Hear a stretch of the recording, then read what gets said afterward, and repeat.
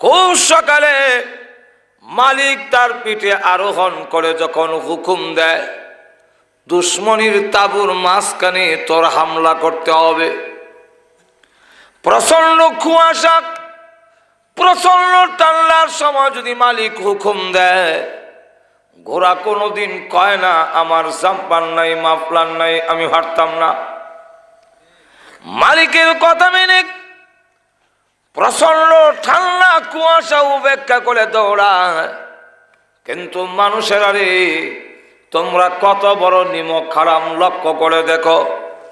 মুয়াজ্জিন যদি বলে আসসালাতু খায়রুম মিনান নাওম, ঘুম থেকে নামাজ ভালো, কিন্তু তোমার অবস্থা দেখা যায় একটু ঠান্ডা কুয়াশা হইলে ল্যাপটা পায়ে মাথায় আরো ভালো করে টান দিয়ে বলে না, নামাজ থেকে এখন আমার ঘুমানি